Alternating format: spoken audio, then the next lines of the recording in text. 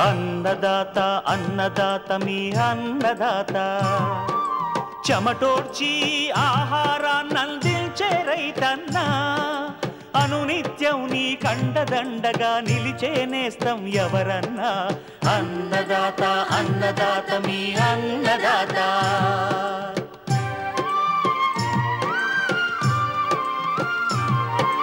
నూతన రీతుల సాగుబడికి నూరింతలు పెరిగే దిగుబడికి సూచనలిచ్చే సస్య రక్షణకు పశు పోషణకి శాస్త్ర విజ్ఞానం అందించి ముందుకు నడిపే తెలుగు రైతు భారతదేశానికి మకుటం అయ్యేలా తీర్చిదిద్దే ఆశయంతో మిమ్ము మేలు కొలిపేది అన్నదాత అన్నదాత అన్నదాత మీ అన్నదాత అన్నదాత అన్నదాత మీ అన్నదాత.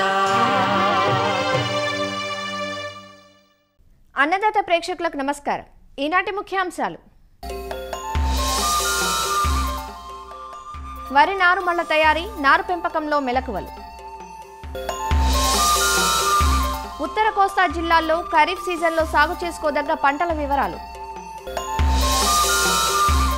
సహకారంతోనే చెరుకు సాగు విస్తరించే అవకాశం, అనకాపల్లి చెరుకు పరిశోధనా స్థానం శాస్త్రవేత్తతో మా ప్రతినిధి ముఖాముఖి.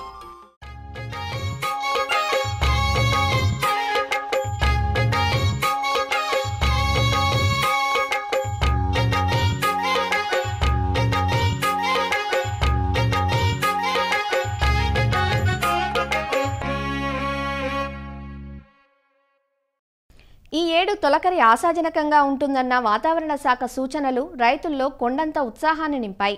ఇప్పటికే అడపాదడపా కురుస్తున్న వర్షాలకు నీటి వనరులు సమృద్ధిగా ఉన్న ప్రాంతాల్లో వరి సాగుకు నారు పోయడం ప్రారంభించారు.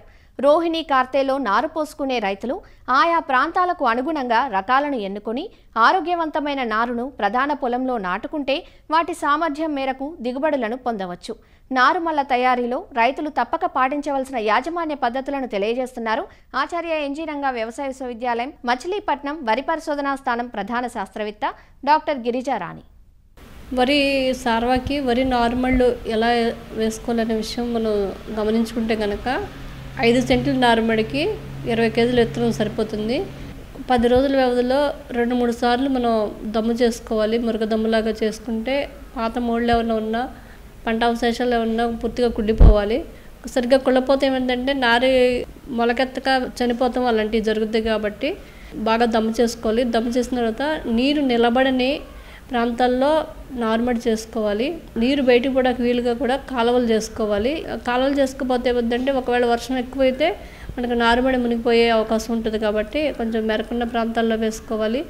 అలాగే విత్తన శుద్ధి చేసుకోవాలి. అంటే మనకి దంప నారుమడి అంటే 1 గ్రాము 1 లీటర్ నీటికి కార్బనిజం మందుని 24 గంటలు నానబెట్టి 24 గంటలు మండిగట్టి విత్తనం కొంచెం మొలక కూర తగిలాక విత్తనం సమానంగా పడేట్టుగా చల్లుకోవాలి. కృష్ణ డెల్టా అంటే మెట్ట నారుమడిలాగా, అక్కడైతే పొడి విత్తనం అంటే కేజీ విత్తనానికి 3 గ్రాముల కార్బనిజం అనే మందుని పొడి విత్తనం శుద్ధి చేసుకోవాలి. మనకి విత్తనం కూడా మరీ లోతుగా వేయకూడదు. ఇప్పుడు లోతుగా పడినేమో లేటుగా వస్తాయి, పైపైన ఉన్నాయేమో ముందుగా వస్తాయి. కాబట్టి విత్తనం వీలంత వరకు సమానంగా ఒకే రకంగా మొలకొస్తే రేపు పూడ్చిన తర్వాత ఒకే ఎత్తులో ఉంటాయి. లేదంటే ఎత్తు దిగుళ్ళు ఎగు దిగులుగా వస్తాయి. దమ్ము చేసినప్పుడు లేదా ఆఖరి దుక్కులో మనకి 5 సెంట్ల నారుమడికి సుమారుగా 6 కేజీలు సింగిల్ సూపర్ ఫాస్ఫేట్ వేసుకోవాలి, భాస్వరం ఎరువుని. అలాగే మనకి 2 ఆకులు వచ్చిన తర్వాత యూరియా వచ్చేసరికి 2 కేజీలు, పొటాష్ వచ్చేసరికి 1 కేజీ చొప్పున వేసుకోవాలి. తర్వాత నారు ఎదుగుదలను బట్టి అవసరాన్ని బట్టి ఇంకో 2 కేజీలు ఏరియా 20 రోజుల వయసులో వేసుకోవాలి. అలాగే మనకి మెట్ట ప్రాంతాల్లో ఏమవుతుందంటే మనకి జింకు లోపము వచ్చే అవకాశం ఉంటుంది. అప్పుడు ఏంటంటే లీటర్ నీటికి 2 గ్రాముల జింక్ సల్ఫేట్ మందు 5 రోజుల వ్యవధిలో 2 సార్లు స్ప్రే చేసుకోవాలి. ఇది కాకుండా మెట్ట ప్రాంతాల్లో లేదా చౌడు ప్రాంతాల్లో ఇనుపదాతు లోపం వస్తుంది అనమాట. ఇనుపదాతుల లోపం వస్తుంది ఏంటంటే ఆకులు తెల్లబారిపోయి చచ్చిపోతుంటాయి. రైతులు ఎందుకు చనిపోతున్నాయో అర్థం కాదు. అదంటే అన్నమేది నెమ్ముప్పు అనే మందు లీటర్ నీటికి 5 గ్రాములు 0.5 గ్రాముల నెమ్ముప్పు చొప్పున స్ప్రే చేసుకుంటే మనకి ఆ తెల్లగా పాలిపోయింది పచ్చగా తిరుగుతుంది. నార్మల్ ఈ విధంగా చేసుకోవాలి. అలాగే నీరు కూడా ఫస్ట్ అయితే ఊరినే బురద పొదనట్టు ఉండేట్టుగా చూసుకోవాలి. 2 ఆకులు వచ్చిన తర్వాత పలుచగా ఉండేట్టుగా చూసి నీరు పలుచగా నిలబెట్టుకోవాలి. ఎందుకంటే నీరు నిలబెట్టకపోతే ఏమవుతుందంటే గట్టిగా అయిపోతే రేపు నారు పీకినప్పుడు సులువుగా రాదు. అలాగే పలుచగా పెట్టుకోవాలి. ఒకవేళ నారు ఒక్కోసారి బాగా గట్టిగా అయిపోయి రానప్పుడు లైట్గా యూరియా వేసుకుంటే నారు పీకడానికి ఈజీ అవుతుంది. దీనికన్నా ముందు నారు పీకడానికి వారం రోజుల ముందు తప్పనిసరిగా 5 సెంట్ల నారుమడికి 800 గ్రాముల కార్బోఫిరాన్ 3G గ్రాన్యూల్స్ వేసుకోవడం వల్ల ఏంటంటే తర్వాత మొవ్వు పురుగు రాకుండా ఉంటుంది. కాబట్టి నారుమడి వేసుకునే రైతులు ఈ యాజమాన్య చర్యలు పాటించుకోవాల్సిన అవసరం అయితే ఉంది.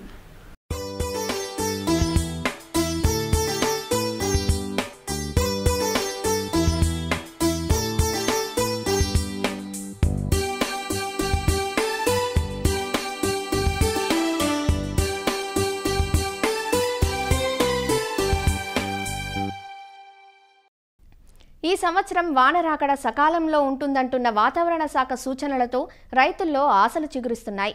గత సంవత్సరపు చేదు అనుభవాలను దృష్టిలో పెట్టుకొని వాన వచ్చిన వెంటనే హడావుడి పడకుండా కనీసం ఒక దుక్కి వర్షం పడ్డాక పంటలు విత్తుకోవడం మంచిదని నిపుణులు సూచిస్తున్నారు.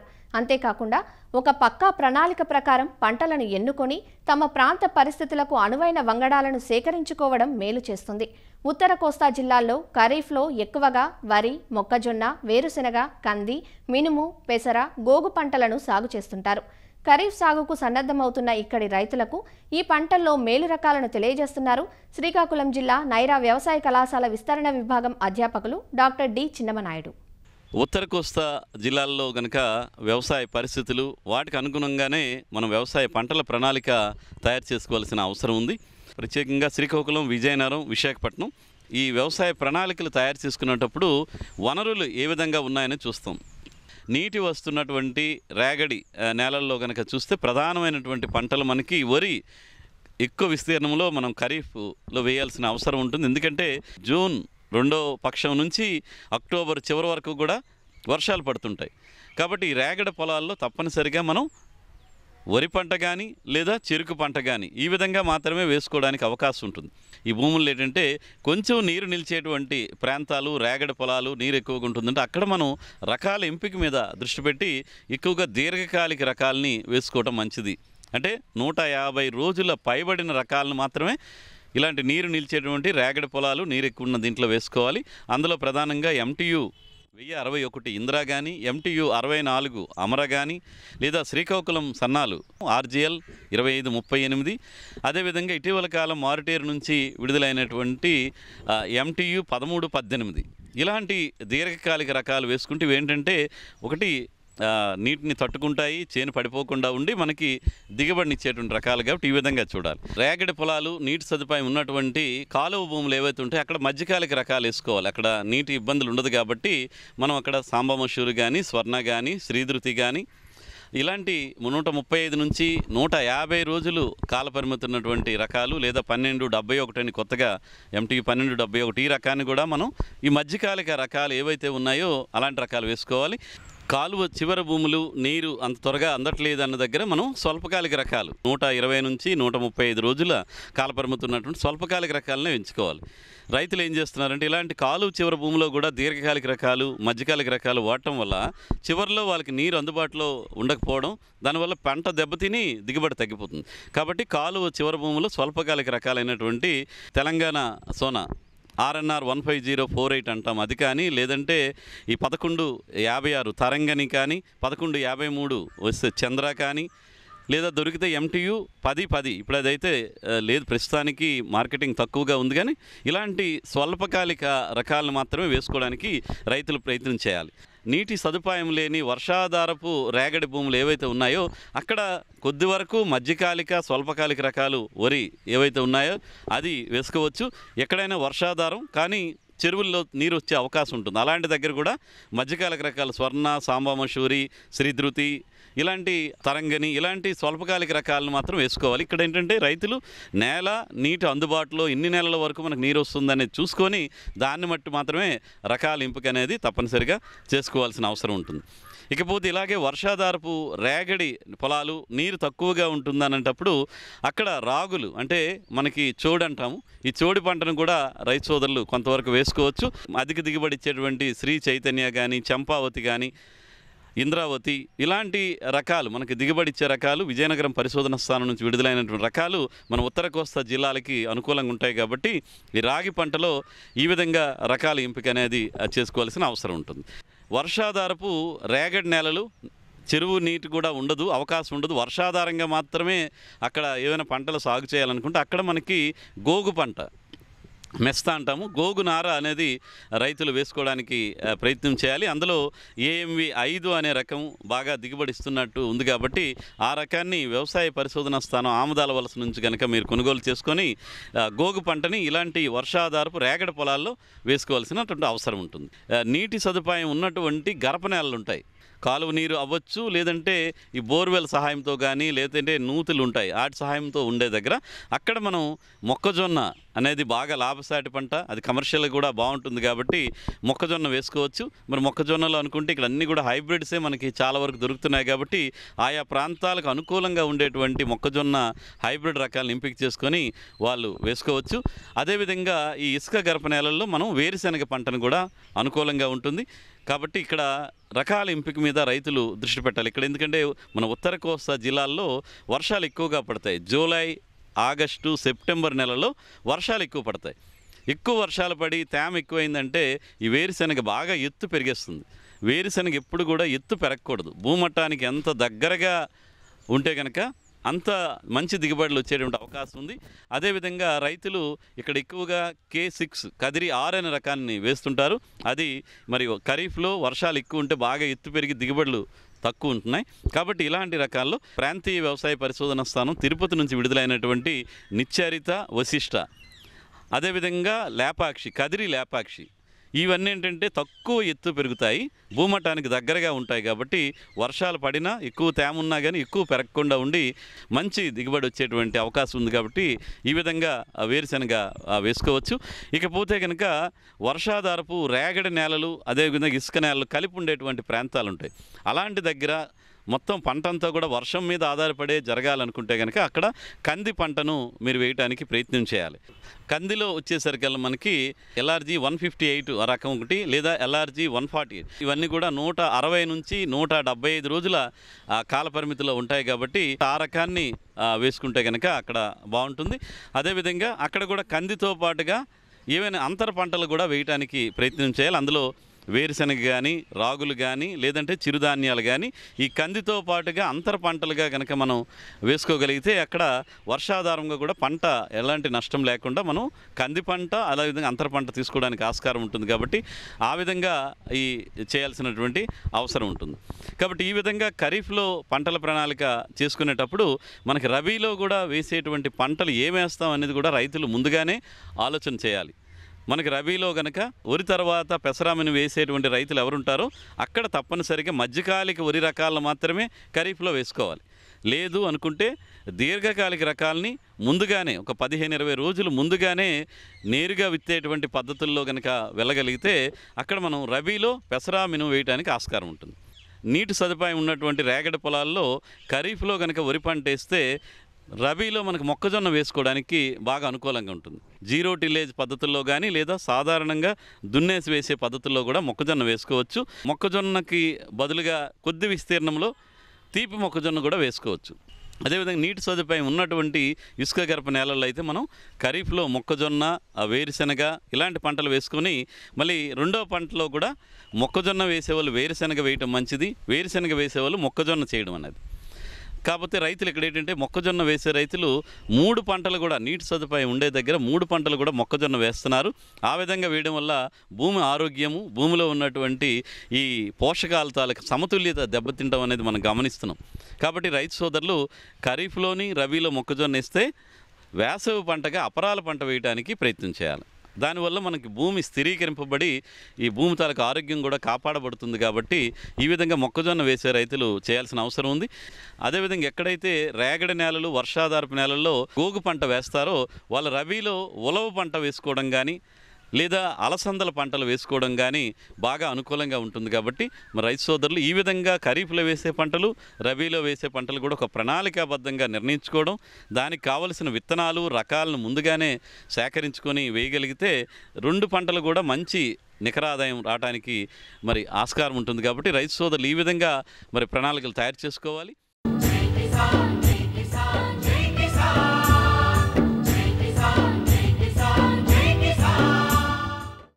ఆంధ్ర రాష్ట్రంలో గత కొన్నేళ్లుగా చెరకు సాగు విస్తీర్ణం తగ్గుతూ వస్తోంది. సహకార చక్కెర కర్మాగారాలు మూతపడడం, సాగుదారునికి సరైన ప్రోత్సాహకాలు దక్కకపోవడం వంటి కారణాలతో ఒకరికొకరుగా రైతులు సాగు నుండి వైదొలుగుతున్నారు. అయితే గత కొన్నేళ్లుగా చెరకు సాగులో సాంకేతికత అభివృద్ధి చెందినప్పటికీ గిట్టుబాటు ధరలు లేక, మరోపక్క సాగు ఖర్చులు పెరిగిన నేపథ్యంలో రైతులు వెనకడుగు వేస్తున్నారు. అయితే కొత్తగా కేంద్ర ప్రభుత్వం చెరకు నుంచి తీసే సహజ ఇంధనం ఇథనాల్ వాడకాన్ని పెంచే దిశగా చర్యలు చేపట్టడం హర్షించదగ్గ పరిణామం. ఈ నేపథ్యంలో చెరకు సాగుదారులకు కస్టమ్ హైరింగ్ కేంద్రాల ద్వారా యంత్రాలను అందుబాటులో ఉంచి సరైన ప్రోత్సాహం కల్పించాలంటున్న అనకాపల్లి చెరకు పరిశోధనా స్థానం ప్రధాన శాస్త్రవేత్త డాక్టర్ ఆదిలక్ష్మితో మా ప్రతినిధి కూర్మరాజు ముఖాముఖి ఇప్పుడు చూద్దాం.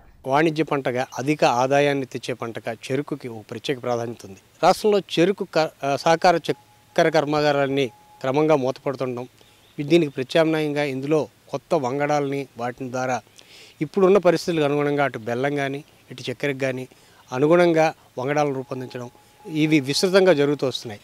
అనకాపల్లి చెరకు పరిశోధన కేంద్రంలో ముఖ్య శాస్త్రవేత్తగా పనిచేస్తున్నారు ఆదిలక్ష్మి గారు ప్రస్తుతం మనతో ఉన్నారు. గత సంవత్సరం ఎదుర్కొన్న సవాళ్లు, అలాగే ఇప్పుడు ఈ ఖరీఫ్లో ఈ చెరుకుకు సంబంధించి ప్రత్యేకమైన అంశాలు ఏవి పరిగణలోకి తీసుకోవాలి, రైతులకు ఏ రకంగా ఇవి ప్రయోజనకరంగా ఉంటాయి, అన్ని అంశాలను నిడి తెలుసుకుందాం. ఆదిలక్ష్మి గారు, ఈ సంవత్సరం రైతులకి ఈ ఖరీఫ్ కానీ నెక్స్ట్ ఈ సీజన్లో ఏ రకమైన జాగ్రత్తలు తీసుకోవాలి, అలాగే ఏ రకమైన వంగడాలు అందుబాటులో? ఒకప్పుడు అనకాపల్లి అన్న నార్త్ కోస్టల్ జోన్ అయినా సరే చెరుకు చాలా విస్తృతంగా పండించేవాళ్ళు. ఒక 5 సంవత్సరాల నుంచి మనం చూసుకుంటున్నట్లయితే చాలా గ్రాడ్యువల్ రిడక్షన్ తగ్గుతూ వస్తుంది. షుగర్ ఫ్యాక్టరీ విషయానికి వస్తే షుగర్ ఫ్యాక్టరీ ఇన్వాల్వ్మెంట్ చాలా ఎక్కువగా ఉంటుంది. అయితే ఈ షుగర్ ఫ్యాక్టరీ వాళ్ళు కూడా సమయానికి వాళ్ళకి ఇన్పుట్స్ ఇవ్వకపోవడం కానీ, డబ్బులు సమయానికి అందజేయకపోవడము, ఈ కారణాలతో కొంత రైతుల్లోని ఉత్సాహం తగ్గిందని చెప్పుకోవాలి. అయితే బెల్లం విషయానికి వచ్చిన, షుగర్ కేన్ జ్యూస్ విషయానికి వచ్చిన రైతు పండించడానికి ఏంటంటే లేబర్ కాస్ట్ చాలా ఎక్కువైపోతుంది. At the same time labour availability కూడా తగ్గిపోతుంది. మనం ఇప్పుడు కొన్ని క్రాప్స్లోనే ఫుల్ మెకనైజేషన్ ఇంట్రడ్యూస్ చేస్తున్నాం. అలా ఫుల్ మెకనైజేషన్ పని ఇంట్రడ్యూస్ చేద్దాము, మెకనైజేషన్ తీసుకొద్దామని అంటే చెరుకులోని మెషిన్స్ లేని ఆ సమస్య కూడా లేదు. మన ఫీల్డ్ ఆపరేషన్స్కి ఉన్నాయి, నాటుకోవడానికి యంత్రాలు ఉన్నాయి, అలానే కలుపు తీసే యంత్రాలు ఉన్నాయి, హార్వెస్టింగ్ కూడా కొంతవరకు యంత్రాలు ఉన్నాయి, అలానే ఇంకొక ఆపరేషన్ మనకి మట్టి ఎగదోయడం. అయితే నాటుకునే యంత్రము మనకి కేన్ పెడితే కట్ చేసేసి భూమిలో నాటేసి కప్పేస్తుంది. అయితే అవి రేట్ ఎక్కువ. అందులోనే అందరూ చిన్న సన్నకారు రైతులు, ప్రతి ఒక్క రైతు 3 లక్షలు 5 లక్షలు పెట్టి ఒక యంత్రాన్ని కొనుక్కోలేరు, చాలా కష్టం. అయితే వీటిని ఉన్న యంత్రాలని కనుక మనం కస్టమ్ హైరింగ్ సెంటర్స్ ద్వారా రైతుకి అందుబాటులోకి తీసుకొస్తే కొంతవరకు కూడా రైతు వీటిని వాడుకొని షుగర్ కేన్ కల్టివేట్ చేయడానికి ఉత్సాహం కలుగుతుంది. యాంత్రీకరణ అనేది చెరుకులో మొదటి నుంచి ఉంది, మిగతా పంటల కంటే అడ్వాన్స్డ్ టెక్నాలజీ అందుబాటులో ఉంది. సో ఇది రైతుకి అందుబాటులోకి తేవడానికి డిపార్ట్మెంట్ పరంగా తీసుకుంటున్న చర్యలు ఎంతవరకు సఫలీకృతం అవుతున్నాయని మీరు అనుకుంటున్నారు?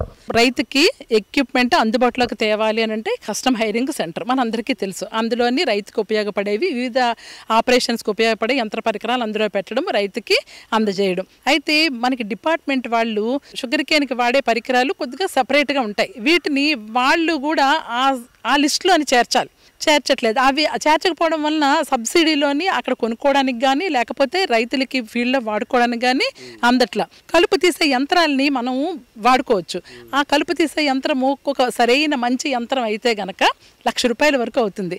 అలానే మట్టి ఎగదోయడం ఒకటి మనకి చాలా ఇంపార్టెంట్ ఆపరేషన్. మట్టి బాగా ఎగదోస్తే అటు వేర్లు కట్ అవుతాయి, ఇటు మట్టి కూడా మొదలకి పడి మొక్క పడిపోకుండా మనకి అసలే సైక్లోన్స్ అవి నిలువుగా పెరగడానికి, పడిపోకుండా ఉండడానికి కూడా ఉపయోగపడుతుంది. వీటిని మనం రైతులకి కొంత అందుబాటులోకి తీసుకొస్తే మనం sugar cane production cost of cultivation చాలా వరకు తగ్గించవచ్చు. అలానే హార్వెస్టింగ్ కోటి రైతు చాలా చాలా ఎక్కువ డబ్బులు ఖర్చు పెడుతున్నాడు.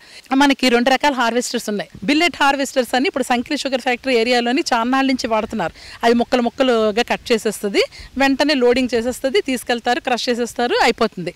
అది కూడా 1,10,00,000. అది కాకుండా ఇప్పుడు ఈ మధ్య కాలంలోని కొల్హాపూర్ అక్కడ వాడుతున్నారు హోల్ కేన్ హార్వెస్టర్. కేన్ని అడుక్కి కట్ చేసేస్తుంది. ఇది 50 లక్షల వరకు కాస్ట్ ఉంటుంది.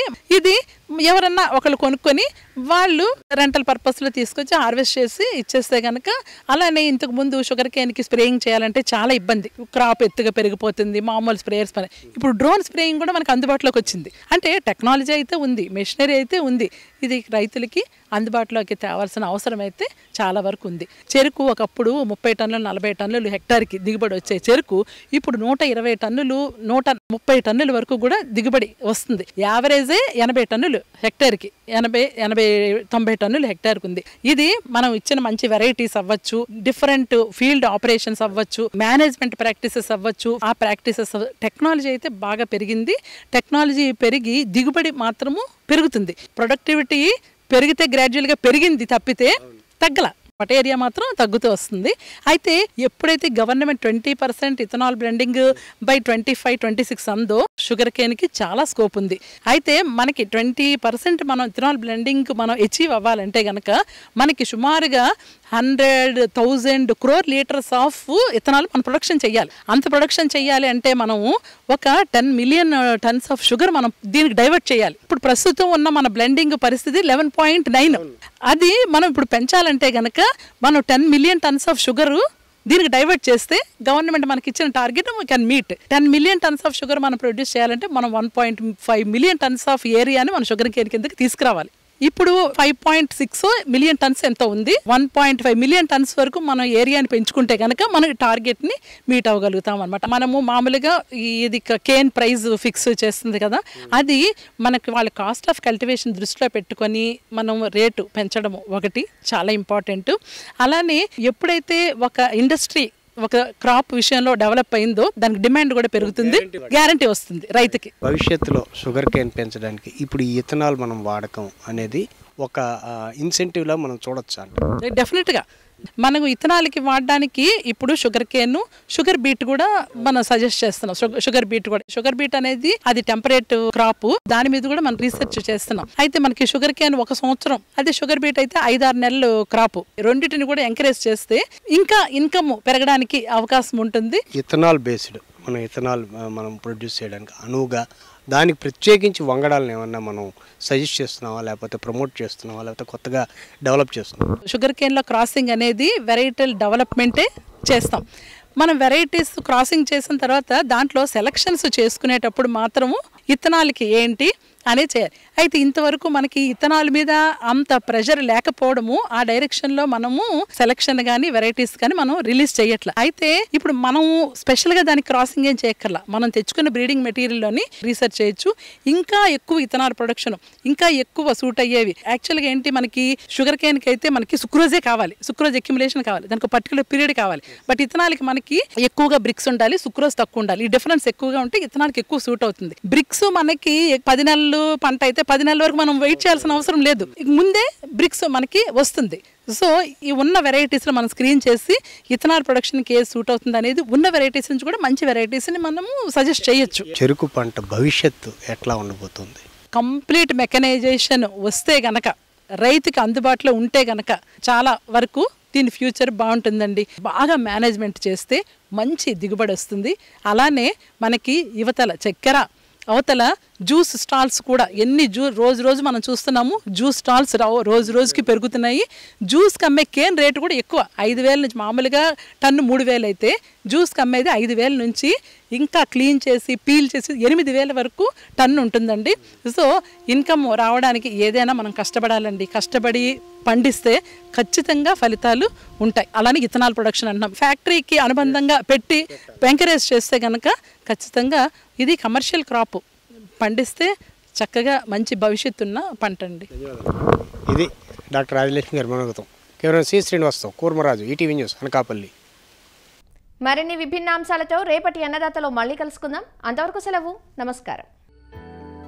అన్నదాతలు తమ సందేహాలు సమస్యలను 1800 425 టోల్ ఫ్రీ నెంబర్లో ఉదయం 10 గంటల నుంచి 11 గంటల మధ్య పని దినాలలో సంప్రదించగలరు. ఈ కార్యక్రమాన్ని యూట్యూబ్లో www.youtube.com/అన్నదాత-ఈటీవీ లింక్ ద్వారా వీక్షించవచ్చు. అన్నదాత కథనాలు ఈటీవీ విన్ మొబైల్ యాప్లో వీక్షించండి.